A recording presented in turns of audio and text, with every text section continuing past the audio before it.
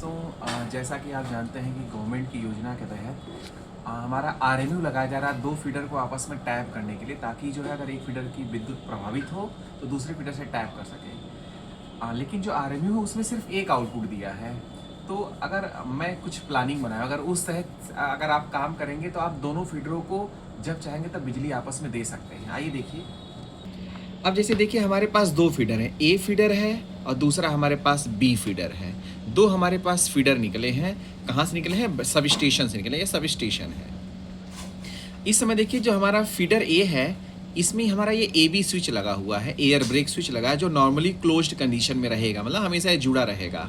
और हमने जो आरएमयू है, इस आरएमयू के LBS1 यानी लाइन ब्रेक स्विच 1 में जो सोर्स दिया है इस ए बी स्विच के आउटपुट साइड से दिया है, यहाँ से दिया है। ये बहुत ज़रूरी है, ध्यान दीजिएगा। या आप जंपरिंग करते हैं तो जंपर यहाँ से करिए, ठीक है ना, लेकिन प्रयास करिए कि ए बी स्विच लगे, ज़्यादा बेटर है।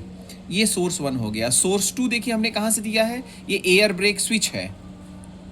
ये हमेशा ओपन रहेगा, नॉर्मली ओपन रहेगा, ये ओपन कंडीशन में रहेगा। अगर इन केस कभी कोई समस्या होती है तब इसको क्लोज करके सप्लाई दे सकते हैं। जब अगर हमारे आरएमयू में कोई दिक्कत होगी तब ये नॉर्मली ओपन रहेगा ए बी स्विच। इसके इस साइड से हमने दूसरा सोर्स निकाल करके LBS2 में दे दिया, यानी लाइन ब्रेक स्विच 2 में दे दिया। LBS बेसिकली मोटराइज्ड आइसोलेटर है, जैसा आपके आइसोलेटर देखते हैं। जो आउटपुट निकलता है relay, circuit breaker, line break switch, तीनों के कॉम्बिनेशन से निकलता है। आउटपुट सिर्फ एक दिया हुआ आरएमयू में, इसलिए मेगा विन का है। इसको हमने यहाँ से आउटपुट बी फीडर को दे दिया। और देखिए सप्लाई जा रही है, तो सप्लाई कैसे आएगी? सर्किट ब्रेकर से होते हुए सोर्स 2 हमारा LBS2 में आएगा। LBS2 को ऑन करेंगे, ऑन करने के बाद हमारा बस बार एनर्जाइज होगा और circuit breaker, line break switch से होते हुए आउटपुट हमारा यहाँ से चला जाएगा।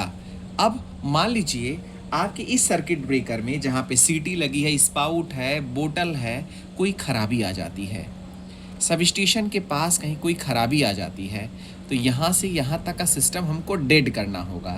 तो डेड करने के लिए लाइन ब्रेक स्विच को हम ऑफ कर देंगे। लाइन ब्रेक स्विच को क्या कर देंगे? ऑफ कर देंगे। और लाइन ब्रेक स्विच 1 को ऑन करेंगे, यानी कि इस मोटराइज्ड आइसोलेटर को ऑन करेंगे। तत्काल सप्लाई हमारी यहाँ से निकल के इस बी फीडर को सप्लाई मिल जाएगी। किसके तहत मिलेगी? हमारा जो ए फीडर है, ए फीडर से टाइपिंग हुई है, ए फीडर से टाइपिंग हुई है।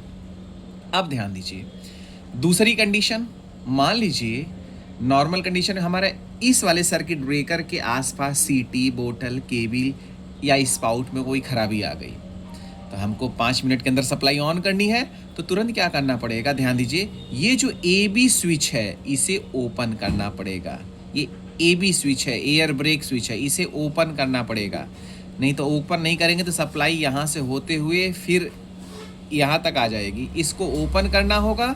जब ओपन हो जाएगा तो तुरंत क्या करेंगे? इस LBS1 को ऑन कर देंगे। इसको जैसे ऑन करेंगे तो इसका बसबार, LBS1 का बसबार, LBS2 का बसबार आपस में जुड़ा रहता है। जैसे इसको ऑन करेंगे सप्लाई बी फीडर से होते हुए, यहाँ से होते हुए चली जाएगी। इस तरह से आपको जो है दोनों तरफ से सप्लाई का लेन देन कर सकते हैं। और प्रयास आरएमयू लगाने का यही है कि हमारा सप्लाई में इंटरप्शन कम हो। सप्लाई तो वैसे भी आप देते हैं, लेकिन ऐसा तो नहीं